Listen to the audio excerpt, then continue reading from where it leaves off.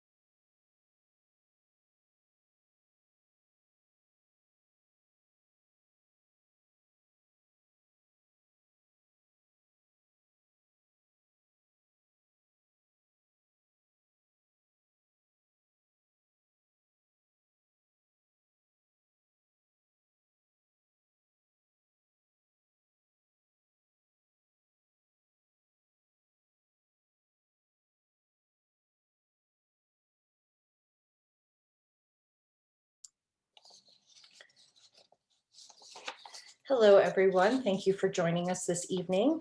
We're going to go ahead and get started with our interview with Donald Mitchell, the director of HILLEMAN. And I'm going to start with a brief biography. So to introduce our speaker and our team this evening. So Donald Rain Mitchell is the founder and owner of, oh, I should introduce myself. We'll edit all of this out.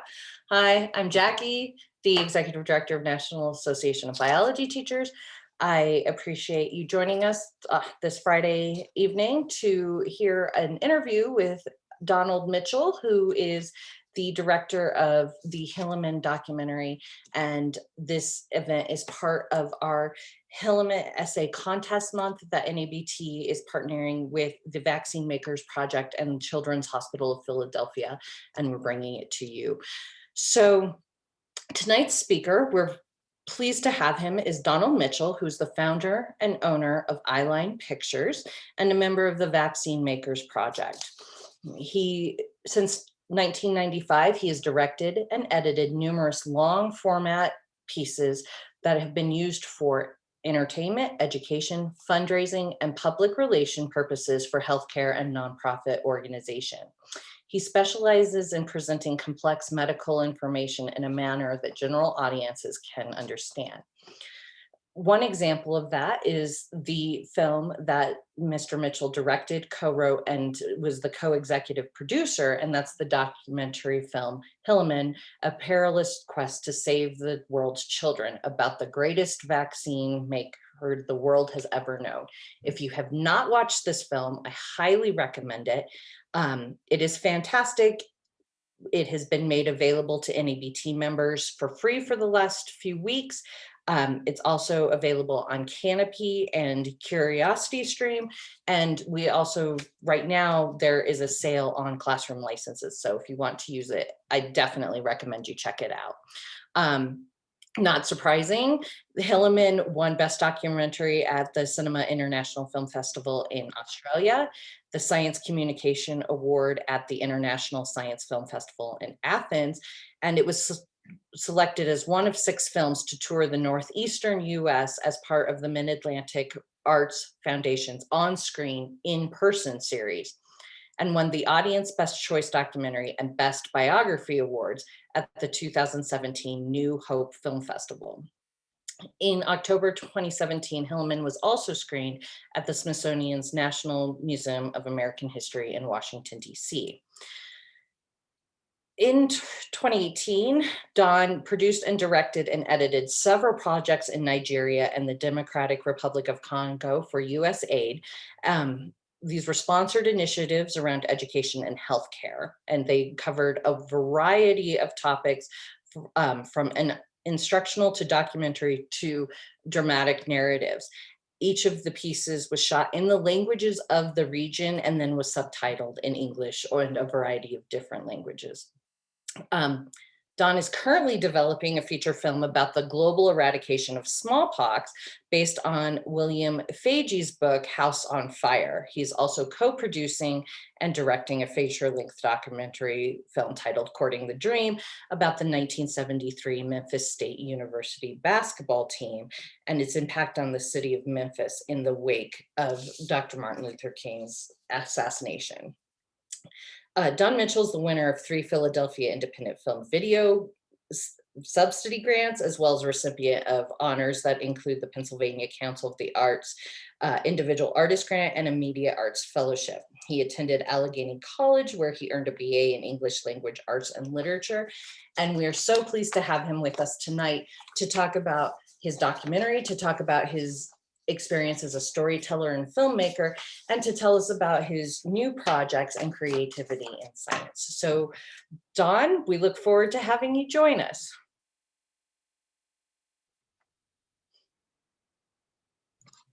Jackie, Don dropped off. Hopefully he can get back on. Of course he did. There he is. So Don is back on, and we will go ahead and start our interview and change his name. So Don, thank you for joining us this evening. So sorry about that. Geez, I don't know what happened, but I got. We never do. So read a great biography, you know, applause all around. Welcome back. I have a couple questions for you, and I appreciate you taking the time to spend with us today to talk about your experience as a storyteller. And I think that's where we're going to start is, when did you first get interested in not just documentary filmmaking, but science documentary filmmaking? Well, great question. First of all, thank you so much for having me and for having us, all of us. We're so proud of the work that we're doing at the Vaccine Makers Project and of our essay contests and all the students that are involved. It's just been such a great experience to be able to see the passion that these students have for science. So and for Dr. Hilleman, I mean, he's a great study and needs to be known by kids all around. So to answer your question, I guess I got really interested in science filmmaking a little bit later in my career. I started out, wanting to do feature films and dramatic storytelling. But my start in the industry was really in the realm of TV commercials. That was where I learned the trade, so to speak. And I did not go to film school. I just, after I got out of college, I decided to get right into filmmaking, and I started as a TV commercial director. And I quickly realized that wasn't really that interesting to me. And I just happened to end up doing a lot of work with the Children's Hospital of Philadelphia, sort of doing films about very rare medical conditions. And I was sort of teaching sort of teaching parents and referring physicians about these rare things. And of course, I had no real background in medicine, but I had a lot of experts at my disposal, and I ended up just getting really interested in telling those kinds of stories. And that's what sort of turned me on to the idea of scientific or medical based storytelling. Well, and so we'll just jump right in with Dr. Hilleman. Is, as you mentioned, he's not as well known as he should be. Here's this person who developed numerous vaccines, but his name, is nowhere near that recognition of Jonas Salk. When you looked at his story, what was it that you found the most compelling about it? Well, I think just the sheer magnitude of his contribution to the science, to vaccinology, to the development of vaccines was astounding. I mean, as you pointed out, Jonas Salk is a name that most Americans know well. And he developed one vaccine. And then you have Maurice Hilleman, who developed more than half of the vaccines that kids get today. And so I think just the magnitude of his contribution is what drew my interest. And of course, my interest stemmed out of my work with Paul Offit and Charlotte Mosier at the Vaccine Education Center at CHOP. They were already immersed in that realm of storytelling, and Paul had a great interest in Maurice directly because he had worked with him when he was developing the rotavirus vaccine. Maurice was still at Merck as sort of a senior consultant, but Paul got to work with him, and I think that was where Paul's interest came from. So Paul imparted that on me, and we sort of worked forward together with Charlotte and the rest of the team. One of the things I really liked about the documentary itself is it's the story of the science, which as a biologist, I, definitely nerded out about. But you also have the story of the man, and they talk about his resilience and his perseverance. And when you were constructing the documentary and writing it, did you feel that there was some tension between, are we talking about the science? Are we talking about the biography? What were some of the considerations that came into play as you were, building this narrative for Maurice Hilleman? Yeah, that's a great question. I mean, and it's really relevant to how we developed the project, because early on we did talk a lot about Hilleman, the man, versus Hilleman, the scientist. And there were certain voices in the conversation that really wanted to focus on just the story of his life and his person.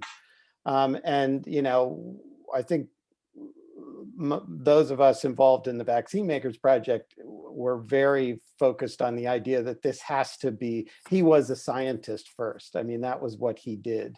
And it has to really be focused on the science. But of course, when you only focus on the science, it can become a little bit dry, right? And so we had to try to find a balance there. And I think that was the yin and yang of the entire process, was trying to make sure that we kept some of the personality of Maurice in the story, but also were able to dig into some of the science and some of the scientific challenges and hurdles that he was facing on a regular basis. And and we wanted to also make sure we weren't telling a Pollyanna story. I mean, this wasn't a story about a guy who just went to work every day and did great things for the world. I mean, it was a story about a guy who also was a little rough around the edges, and definitely was faced with some really serious scientific challenges, and he was able to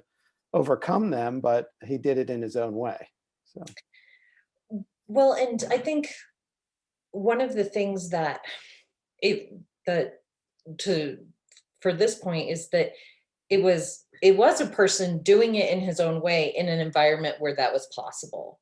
And I think the film does a really good job about talking about, he was at Walter Reed and then he's at Merck, and vaccines in the 50s and 60s, when you had these infectious diseases, and people, the illnesses were in your face a little bit more. We didn't have those conversations, and then they get about vaccination, they get eradicated, and all of a sudden, vaccines become something that we people don't vaccinate their children, and they don't really think about vaccines as much. People of my generation haven't seen polio, we have not seen smallpox. But I thought what was really interesting is, you have a film about a researcher in the 50s, 60s, well, it's 40s, 50s, 60s, and 70s, and then we're talking about um vaccines, and children get the vaccinations, but then I'm watching it during a pandemic where we're talking about vaccines all the time. And it's really interesting when you step back and you look at this piece of work, in this kind of context. How do you think it's aging? How, if you were to be able to like tweak it or amend it a little bit, what would you add? Or do you feel like this story is still, it just fits really well into this timeline? Well, I think it's still very relevant. It was interesting as we were editing the film. The whole thing with Zika was happening as we were editing the film, and there were elements coming in through the news wire that were relevant to the film. So I think it's impossible really to fix something in time. But we were trying to work some of that stuff into the film as we were finishing. We wanted to make sure that we kept Maurice's story relevant. So I do think it's still relevant today. I mean, I'm not sure that I would change a lot right now in terms of the pandemic, that would have necessarily changed Maurice's story, except that there might have been a line at the end of the film that was like, boy, don't you wish Maurice was around now? Because there were many times, especially early in the pandemic, when we were all thinking that. But I do think that I think his story is one that is somewhat timeless, and partly in reference to what you were referring to a few minutes ago with regard to the times were different when he was coming up and doing his work. I mean, it was a different environment. Regulation was different. He was able to do things that probably couldn't be done today in the way that he did them. And he was sort of the perfect person to be doing that work at that time, because he was a self-regulator. He was so stringent in his safety protocols that even if the protocols weren't there from a regulatory standpoint, he made sure they were there from a personal standpoint. So that was really interesting, that he had the right combination of attributes to really thrive in that environment. Yeah, and I think that that's actually the his own North Star of safety being his number one concern, and I think really came through in the film. And I think that um I think that that's a really important piece of this, and why it fits so well with the Vaccine Makers Project, and is that we do want to talk about safety in vaccines. And I thought that was presented really, really elegantly. It wasn't like too over the top. But I want to switch gears just a little bit and ask you a couple personal questions, and then we'll switch back. When you were working on this film, did as a, science interested person, did you feel like as you learned about Hilleman that any of your views changed? Um, I remember, I'll case in point, my parents, I was talking to them about the film and they were talking about they got the polio vaccine, in a sugar cube. Their parents weren't asked, to sign a waiver or anything like that. There was no choice given. And it's when you're seeped in some of those that historical perspective where did you encounter anything where you're like, yes, that's very enlightening, I'll put that in, or were you like, that's interesting, but it doesn't really contribute to the story? How did you feel your views were evolving while you were telling this story? Well, it's interesting you bring that idea of things changing, and that your parents had the sugar cube polio vaccine. That's fascinating. One of the things that we learned when we were working on the project was Maurice was very involved in the sort of the studies or the trials that they would do to test his vaccines. And he worked directly with some of the doctors and administrators at the Children's Hospital of Philadelphia to make that happen, because they realized that they needed to be working in upper middle class neighborhoods to be able to test these vaccines in the 60s and 70s. And these days, if you're going to get involved in a vaccine trial, you're going to sign a document that's about 15 or 20 pages long with a lot of small print. Back in those days, what Maurice described was they had a 3x5 card, and it had like about 3 sentences on it with a blank space where you would put your name in, and then another blank space where you'd put your child's name, and another blank space where you'd sign your name. So that was the contract. And so things have evolved quite a bit, obviously. We would have loved to have put that in the movie. It just, at a certain point from a storytelling standpoint, you just have to, as they say, kill your darlings and leave certain things on the cutting room floor. And unfortunately, there were many things like that, little tidbits of really interesting fodder from those days that we just couldn't include. Well, that brings me actually to my next question is, as a director, like the kill your darlings, there's, as a scientist, it's the same thing, is you really want to go down that rabbit hole, but you don't necessarily think that that is where your time is best spent. So from both the artistic and the scientific perspective, you know, how do you think, what are the important considerations when you think about communicating science in your films? Because there is certain scientific knowledge that needs to be conveyed, but you also don't want to muddy a nice clean narrative and the Yeah. storytelling. So tell us a little bit about that process and what your considerations are. Well, I mean, one of the things that's a saving grace about being a storyteller in this realm, and with this group of this team that I get to work with, is that we have the whole Vaccine Makers Project. So I know that when I'm working on a film, not everything is going to have to be told through the film. We have the whole, plethora of curriculum support materials that we've created and that we can continue to create as we need to, sort of focus in on different aspects of the science storytelling. When it comes to a film, though, obviously, when somebody commits to sit down for an hour or 2 hours or even a half an hour to watch a film, I think even if it's a film about science, they want to be entertained. I mean, that's a key factor in deciding you're going to sit down and watch a film. So, so the narrative really does have to be sort of front and center. And when it comes to trying to get the science in there, that what comes into play then is how can you fit the science in and how can you make it entertaining as well as informative. And, with the Hilleman story, that was sometimes really easy because Hilleman was such a character that we could, pull in the scientific aspects and make them part of his story. Other times, it becomes a little more challenging. So, I think it's important to remember that entertaining and having a narrative arc is really a primary focus, but you can't forget the other aspects of the storytelling.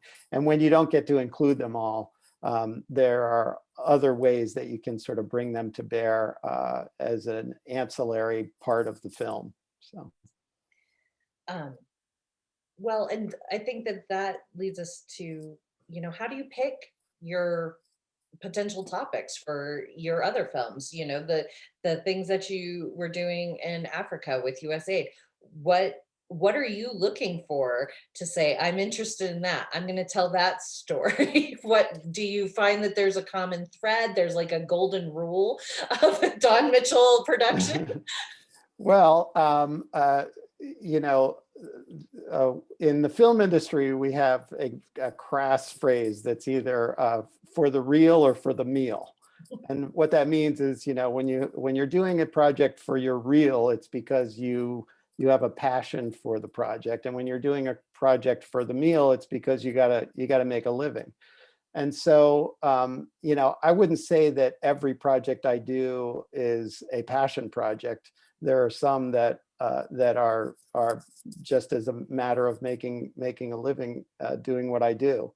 But I think the projects that I get attracted to, that I sort of put myself into, like the Hilleman project, those are projects that what draws me to them is the person, the human story. And I think that Maurice Hilleman's story was such that I just couldn't resist that story. He was an incredible force, and getting to meet him right at the end of his life and interview him 2 times, it truly was a highlight of my career, on a personal and a professional level. So tell us a little bit about this, your feature film that you're working on about House on Fire, and what are the parallels, but what do you, I mean, without giving away the plot, because we all want to see it, but also what are some of the things that are really exciting you about this story? Well, so this is a story that's based on Bill Foegge's book, House on Fire. Bill, if you don't know who Bill is, he was for nearly a decade the head of the CDC. Prior to that, he was very instrumental in the effort to eradicate smallpox from the world. And so his book, House on Fire, is all about that smallpox eradication effort that happened in the late 60s and through the 70s. And by the end of the 70s, they had literally wiped out and erased this horrific disease from the face of the earth. And Bill's involvement in that effort was instrumental, not because this isn't a story of one man eradicating a disease. This is truly a cast of thousands. I mean, there were hundreds of thousands of people that were involved in this effort around the world. But Bill's significant contribution was that he figured out that there was a specific type of strategy in which they could use the vaccine to actually eradicate the disease. And that strategy is called ring containment. They basically would identify people with smallpox, and they would go and start to vaccinate in rings around them. And they would go to a certain diameter of around that person, and make sure that all their family members and all their neighbors and all the people in the surrounding neighborhood were vaccinated. So it was sort of a little bit different than you would think of with herd immunity. Mm-hmm. Instead of herd immunity, they were zeroing in on the disease and trying to isolate it and not let it escape from inside those rings. And it was super successful for smallpox. So that was a strategy that Bill had figured out almost by accident in Africa when he was working there as a missionary. And the rest of the story is him trying to implement that in other places, especially India. And ultimately, that is what allowed us to succeed in eradicating that disease. Yeah, it's kind of like fighting a wildfire. You've got your perimeter and it Yeah, just can't jump the line. And you know, exactly. Yeah.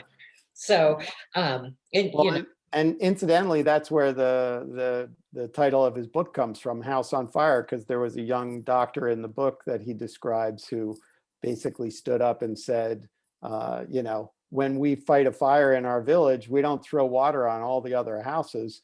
We throw water where the fire is, and make sure that we contain it. And so that's sort of the idea of that title. no, and I think that'll be really interesting because I mean now everybody's talking about herd immunity.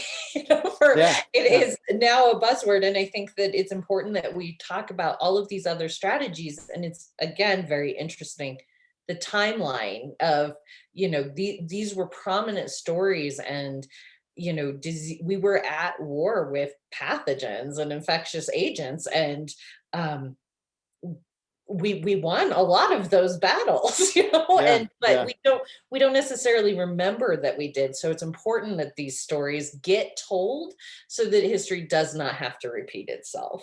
yeah, Um, yeah. Well, so and I have to say, let me just jump in for a second, because when it comes to like the pandemic that we're dealing with right now, I've often thought throughout this whole experience, if we were dealing with smallpox rather than coronavirus, we would be responding to this in a much different way, because smallpox was a disease that was easy, that you could see. Every person that had it, it made them into something other than human. I mean, it was truly a horrific disease. And coronavirus shows up on the inside of your body, not on the outside, and so it's not quite as disturbing. But I think smallpox is a story that, when we look back at that, you sort of see it and you're like, oh my God, I can't believe that we lived with that for 3,000 years. mhm. So Yeah, that in it's actually been fairly recent since we've eradicated it, and people think it's this old time disease, and it's really um it really isn't. It's been in within a generation. yeah, yeah, and not so fun fact, in the 20th century alone, 300 million human beings died from that disease, just in the first 80 years of the 20th century. So when you put it in that context, it's just unbelievable. It it's shocking. Honestly, I had no idea that it was um that many people. Um so let's talk about uh, your passion for these stories just comes through. Um And one of the things about the why we're doing this tonight is the Hillman essay contest, and we're going to talk about that a little bit later. But how do you feel you balance your, passion for science? And do you feel like you have the passion for science, or the passion for the science stories, or just the passion for stories? But also being as an artist. I mean, we know that there are students out there and teachers who really have this affinity and this love for science, but they also have this creative drive, and they feel they have to choose between both of them. How do you balance those two? Well, I think that's an important question, because I can remember as a young person having this sort of misguided idea that creativity and science were sort of on opposite ends of the spectrum. And, I think probably anybody in the realm of science would agree that science is extremely creative. That, in order to pursue scientific questions and experiments, you have to be creative. I mean, Albert Einstein was incredibly creative. All of his experiments were in his mind, right? They were like thought experiments. So I think that's a misguided idea that there's a difference, or that they're on opposite ends of the spectrum. I think in order to be a good storyteller, especially when it comes to science, you have to be able to grasp the subject matter that you're telling the story about, in addition to being able to grasp the story of a person. So if you really want to tell the story well, you need to get immersed in the material. And so, I would say we're all sort of natural storytellers. We sit down and we talk with people at a dinner party, or or we get together with family and friends. And what do? We tell stories. That's what we do. And we have our favorite stories that we tell over and over. And the more times we tell them, the better we get at telling them. And so I think that's what we end up doing with science storytelling too. We immerse ourselves in the science and in the stories of these scientists, and work at trying to get better and better at telling those stories. Um, so I remember, as when I was a little girl, I remember exactly the first science story that I ever heard. Actually, I saw it. It was called Hemo the Magnificent. It was a cartoon that they showed in class. It was a anatomy cartoon, and I was just I got it on DVD. It's like a Chuck Jones thing. But it really was the first time where I was like, oh, science is really cool. And I was probably maybe in like third or fourth grade. And I know my parents are going to just be rolling their eyes because I went to museums and did science fair projects and I'm a nerd. What was the first story that you heard that you were like, I want to be a filmmaker? I want to do that. What was that like inspiration spark for you? Oh, this is going to be so boring. I'm so sorry. This answer is going to really bore you. So I was, I was sort of, when I was growing up, I became an usher and then a projectionist at a movie theater, and that was in the era of Star Wars. And so I saw Star Wars, and that was all it took. I just decided that's what I wanted to do. In fact, at that time, what I really wanted to do was special effects. I just thought special effects were the coolest thing. And so that's what got me interested. And then I went off to college and started to become a little more interested in the storytelling as opposed to the spectacle. I sort of changed my direction a little bit and started heading toward the idea of directing as opposed to just doing special effects. And But how is that yeah, boring? I feel like well, it's just I think if you talk to people from in my particular generation that are in the film industry, almost all of them will tell you that Star Wars is what got them interested. So it's not a very unique story, is all I'm saying. oh yeah. If you know me at all, it's not a secret. I'm a huge Star Wars geek, very big. So I'm like, oh, you're speaking my language. From a galaxy far, far away. Right.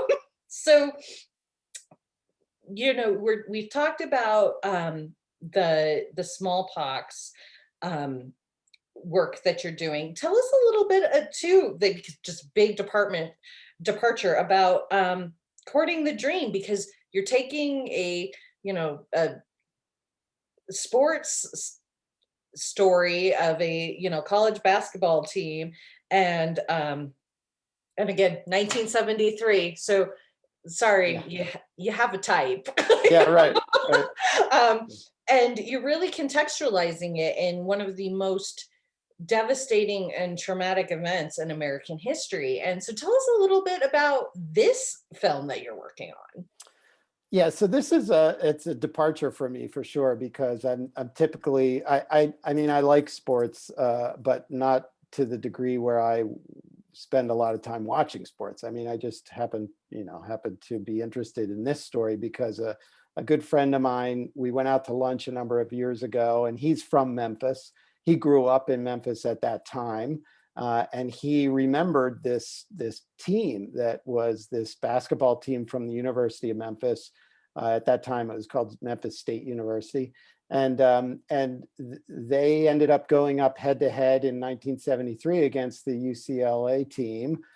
Bill Walton was leading that team, and the game that they ended up playing in that NCAA championship is considered to be the greatest performance. Bill Walton's performance is considered to be the greatest college performance of all time.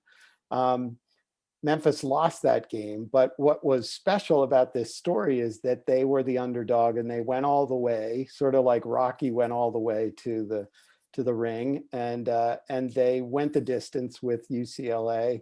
And in the process of doing that, they really helped in some ways to heal the city of Memphis after this devastating assassination of Dr. King happened in their city. And of course, you know, the whole country and the whole world was devastated by that assassination. But here was a city that was sort of branded with the stigma of being the place where it happened. And so this team came together. It was one of the first integrated basketball teams at the University of Memphis. And they came together and they played like a team. They weren't a bunch of individuals like trying to show each other up. They truly came together as a team and played like a team, and they did everything together. I mean, so that's where the idea of this courting the dream came from. It was, you know, we're alluding to Dr. King's dream, but here were a bunch of basketball players that sort of brought it to life, his dream to life on the court. And that's the story we're exploring with in that film. I'm, again, big basketball fan, and so I will definitely be looking for that one. Any other projects that you can kind of preview, you know, top secret stuff that you can share with us? Nothing top secret. I mean, we're just in the process of starting to write the screenplay for the House on Fire project, and so that's very exciting. And I have a couple other ideas that you know, I'll start to try to pursue when we get this one on its feet. But you know, it's sort of like, you know, you have room in your brain for about 7 things, and I have 5 of them already filled with my kids and my you know, keeping the house in order and all that stuff. So I just have to wait to be able to dig into those next couple projects. Is there a story, and you know, this is going to be such a vague question, but is there a story that it's like, with, if I had the money, the financing, the, you know, support, this is the story that I feel I have to tell. This is the one that I really want to make sure gets out there, that you're kind of just, it's back burnering, but you're, you know, it, you revisit it every once in a while. Yeah. Well, I would say that I think Bill's story, the House on Fire story, is really up in that category. I mean, I've been thinking for quite a while about the eradication of smallpox as a central subject to a story. And I was so excited to read his book because I had read a lot of books about smallpox eradication, none of which were very exciting until I got to his. And the reason, you know, the reason his book I think is so interesting is that he was boots on the ground. I mean, he wasn't at the 25,000 foot view, like overseeing the whole thing. He was literally like in the trenches, like vaccinating people. And the fact that he was so integral to this success made his story really appealing. So I think that's definitely an important one. I also have, this is going to sound like a total non sequitur, but I also have a big interest in a particular Egyptian pharaoh that I'd like to tell a story of, which I think is, you know, from a historical standpoint, a great story, but also a great story from the standpoint that this particular pharaoh is very unusual. And so that's something that's on the back burner, so to speak, and I would really like to do at some point. I think that sounds amazing. I think everybody needs that little something that they noodle around in you know, in their brain, you know, if I won the lottery, this is what I want to do. Which is part of this creative enterprise that is really the theme of the 2021 Hilleman essay contest, and I want to bring your colleague and one of my favorite partners, Alice. I want to bring her on screen. Alice works with the Vaccine Makers Project at the Children's Hospital of Philadelphia as well, and the Vaccine Education Center, to talk about this year's essay contest and give the audience some information about it so that they can get their students involved. So Alice, I'm going to go ahead and bring you up with us. Great. And thank you for joining us this evening. Yeah, absolutely. Thanks so much for having us and for acting as interviewer. And also, we're really excited to have done the Hilleman Essay Contest Month collaboration with NABT. That's been really exciting for us, and we're happy about that opportunity. So hopefully people who are viewing you had an opportunity to take advantage of some of the things that we planned for that partnership. We had a Q&A session with Dr. Offit, who's the Vaccine Education Center's director, as well as renowned vaccine expert. Dr. Paul Offit, if you missed Dr. Offit's presentation, it's posted on YouTube on the NABT channel, I guess, is that? Yep. Okay. And also, hopefully many of you got to see the Hilleman film for free. We offered it for several weeks. And if you didn't, you can still take advantage of a special promotion for 30% off streaming or purchase of Hilleman using the code NABT2021 through June 12th. And you can access the film at hillemanfilm.com to take advantage of that promotional code.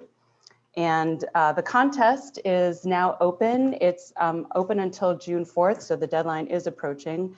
This is the third year that we've done the contest, and it's open to students in grades 6 to 12, and it's a really great opportunity for them to learn about Dr. Hilleman's remarkable accomplishments, his life and work, and write an essay on a specific topic related to Dr. Hilleman. And this year, like we talked about, the topic is the importance of creativity in science. And there's 3 national winners that are chosen, and each winner receives a $1,000 cash prize, and they're honored in a virtual event that will be held this fall, and Dr. Offit will be the host for that.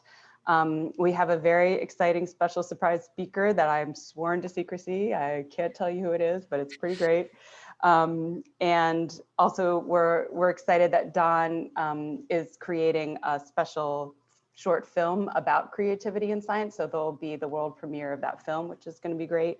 And the students read their winning essays, which is always really wonderful to hear their words in their own voices. So that's always a big highlight of the essay contest event. We not just prizes for students, we also have prizes for teachers.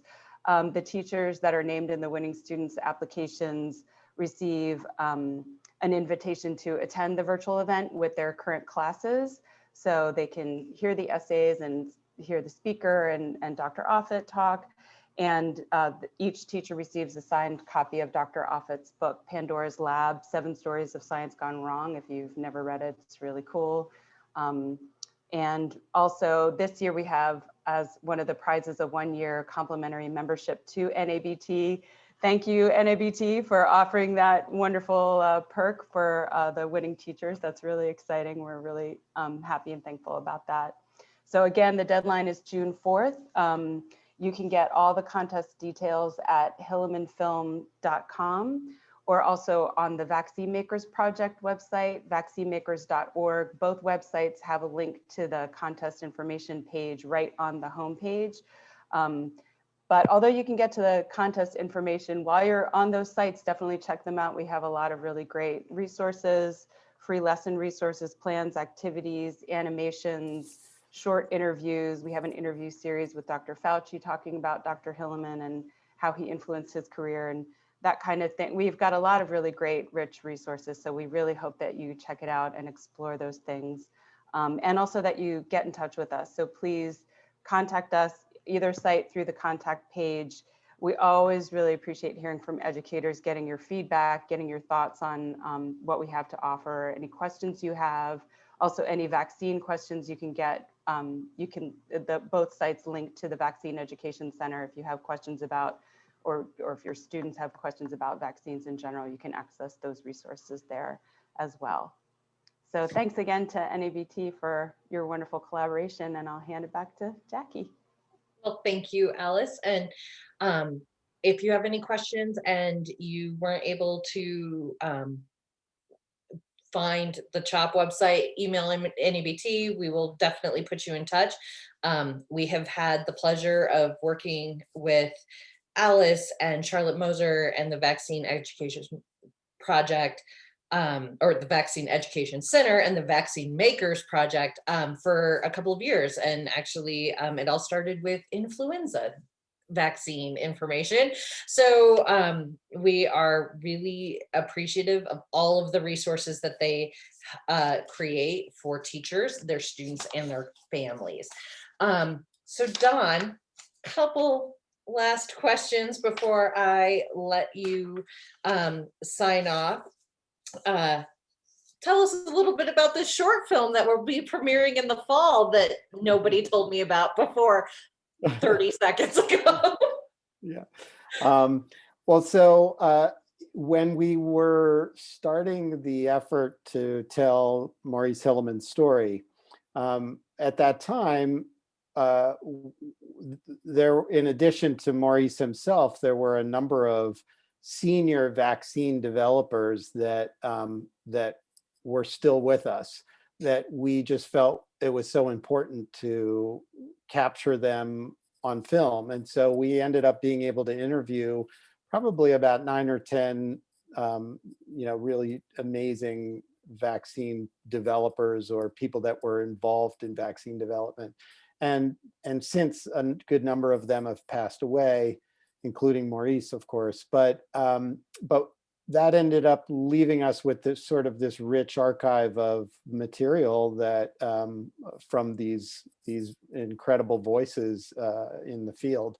And so we've tried to make some of that material available. We about a year and a half ago, we released a film about Stanley Plotkin and his work on rubella vaccine and how he actually used fetal cells, human fetal cells, to develop his vaccine, which in some ways has been controversial. And yet he ended up, what's ironic about his story is that he used human fetal cells to develop the vaccine, and yet he was developing a vaccine against a virus that harmed human fetuses. Yeah. And so, it's an ironic controversy because he ended up saving so many unborn babies through his work. So we did a short film about him. It's about, I think it's just about 20 minutes long. And that has been in a number of festivals now and has won at least one award. And so we've been trying to mine some of that material that we have in the archive so that we can make it available as part of the Vaccine Makers Project. And so that's where the film that we're going to premiere in the fall will come from, is we're going to tap into some of the material where these scientists talk about creativity. And utilize that in a short film to premiere at that event. Now, I think that that is fabulous that you have been able to capture the voices of some of these great researchers and scientists, because we are losing some of them, but also it really humanizes their work in a way that is important. Is that, this is, I think people are sometimes so separated from the scientific endeavor that they don't understand that these are their neighbors and the people that they go to church with and the people, their in-laws and things like that, who are doing this work and really making these contributions for the good of all of mankind. But they're also unassuming. They're really funny. They're just people. Yeah. And so in addition to, educating people, I think that one of the most important things that you do is that you make sure that we remember not just the science, we don't just learn about the science, but we remember the people that are behind them, because science is a human endeavor. And it is important that we don't lose we don't lose the stories of those people, because I think that they can inspire us and that we can learn from them. And they are going to, the next generation of scientists are going to stand on their shoulders. Yeah, yeah. No, thank you for saying that. I think that's so true. And you were saying earlier how things have changed so much between today and back when Dr. Hilleman was working. But one of the things that hasn't changed is that scientists are still sort of getting overlooked in terms of their work, and that's not because they're not doing incredible work. It's because most of the time scientists are not that interested in calling attention to themselves. They have a passion for the work and trying to make advances in science. So it shouldn't be up to scientists to toot their own horns. Right. It should be up to us that are interested in telling stories to try and get those stories out there. And I think that's one of the things that's been very rewarding about working on Hilleman and these other projects, is that I've gotten to meet some of the most incredible people. I mean, the fact that I got to interview Dr. Fauci, and when it happened, I was like, wow, that's so cool. And of course now I don't know, I'd probably be shaking in my shoes to interview him now, because he's like a rock star. But I but fangirl he's all the time. he's a great guy. I mean, he's just such a great down to earth guy. So anyway, I think you're absolutely right. Getting these stories out there is so important, and and I'm happy that we're able to do it. Yeah, and I'm happy that we will get to see and hear some more voices. And behind every scientist is a science teacher who inspired them, and um, you know who you are. But it's important that you all know that you were part of this, that um, and that you don't know who the next Hilleman is sitting in somebody's classroom right now.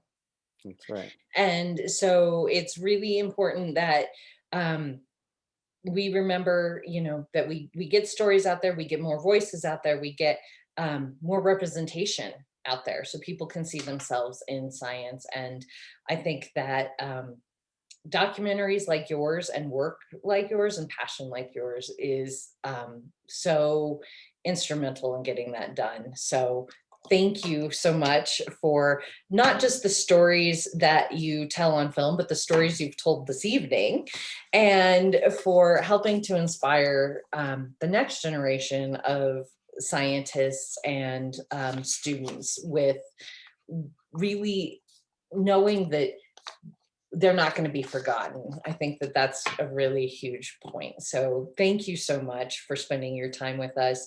Thank you to the Vaccine Makers Project and to the Vaccine Education Center at CHOP. We have had a fabulous time, and I appreciate everybody spending their Friday evening with us. So with that, I will let you all depart, and thank you again for joining us tonight. Thank you.